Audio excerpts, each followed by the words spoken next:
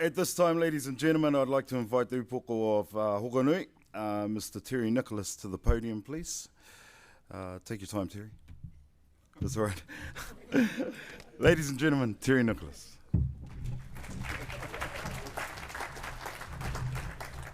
Real colourful character.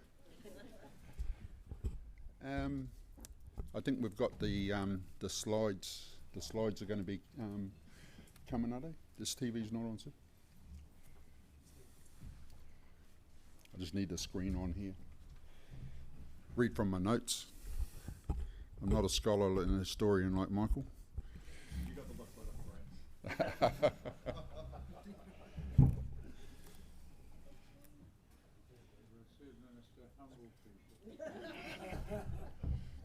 Still not good, mate. Is it?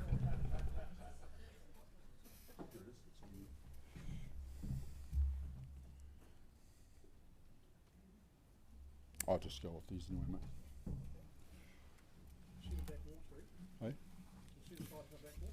Yeah, the scale. So on the back wall, there's also the slides, and slides are on this front wall.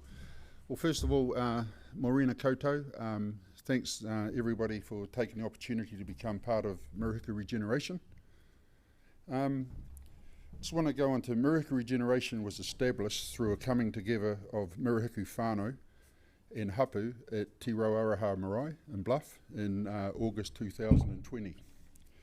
This established a vision and aspirations for our region through the eyes of the Murihiku Hapu, including Rakiora Maori descent, who were also in attendance, and I will speak more about that today. And feedback's been coming constantly from our website. We've got a Murihiku Regeneration website, as when are outputs going to be actually produced, and when are they actually going to be unveiled. So slide 2. The role of Murihiku Regeneration. Murihiku Regeneration is a long-term intergenerational project responding to the issues around the transition from the planned exit of Tiwai Smelter in 2024. It identifies opportunities to support successive generations. It is underpinned by the Crown-iwi partnership acknowledged in the Treaty of Waitangi. In our Ngāi Tahu histories, when the hapu faces disarray, then effective advice and leadership is guided by the upoko. Tā Tipino Regan and Michael Skerritt in this sense, who are the mandated heads of the hapu. Murihiku Regeneration is founded in this practice. Our mahi is focused on the Murihiku takiwā, and I like explaining it's from Hawea across the Milford Sound down to the Auckland Islands, because we've got that shared interest in that vast area. And those are the areas that we must concentrate on for successive generations. Our region's challenges are national challenges, and that's in the national interest, given the amount of our gross national product produced here, which Tipini, he actually explains that very well, what will actually be lost out of this province if Tiwai actually closes. And our mahi is our region's challenges, so we go on to the natural resources and opportunities of the Murihiku region. And Michael touched a little bit on that. We've got vast resources in our regions. Coupled with climate projections mean that Murihiku will be an engine room for all New Zealanders' future productivity.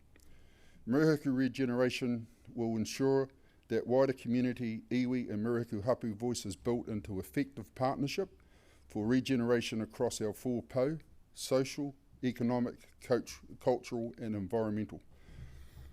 Whanau Centre, the Whanau Centre slide. We have individual runanga leading priorities in their own mahi. We operate in a place which supports all Murihiku hapu in the wider community. For our efforts to be relevant and effective, we need to ensure we make sense of our context and our people's needs. As a community, we need effective and engaged people and great infrastructure. We also need to deliver through an effective action plan. Murihiku Generation's action plans is being developed as we speak. We will talk more about this in tomorrow's sessions. By 2024, we will be well placed to support a transition from the smelter to a green energy and decarbonised economy from which we all benefit. To do this, we will. The green energy future is estimated to be worth $15 billion over the next 10 years or so. Through a staged introduction of green hydrogen production, this includes new wind generation and new supporting industries, hydrogen, heating, biomass conversion, heavy transport transition, and also solar. We will take a leadership role in that. Projects will include native tree nurseries, planting, blue carbon sequestration, using seaweed, and new ways of working with food and fibre.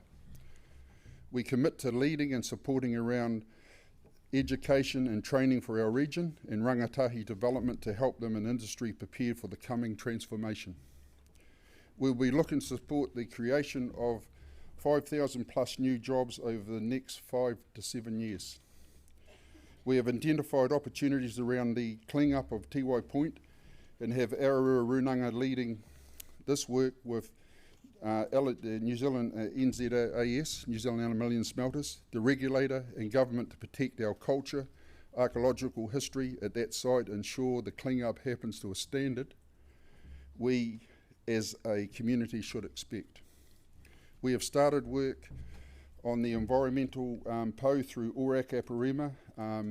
Riri Davis is going to lead that around our environment and how we ensure that we act in the interest of protecting and sustaining a regenerative economy. Projects in seed banking, nurseries, native restoration and planting, and taking a whole of a region view will be developed in the coming months.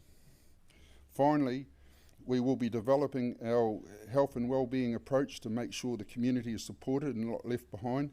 An example of this is the Tiho o Te Ora Partnered Primary Care Service project in Invercargill, and the partners are Well South, Ararua Runanga and Hokanui Runanga. A future where Tiwai stays in its current form or goes without a replacement is both horrifying and unacceptable. We will be developing initiatives that support providers and enable a regionally led approach. We will do this transparently, but we will be focused on action and delivery. We will also not get in the way of local councils and entities who have their own work to do around significant regulatory reform across the region. This is important in its own right. So the conclusion to my presentation is we encourage everyone here today to reflect on these 3 questions. What collaboration and partnership opportunities do you see? What might a collaboration or partnership look like for you? What do you plan to do next? Over the next 10 years, we will build momentum that will transform our region for generations to come. Thank you for being here.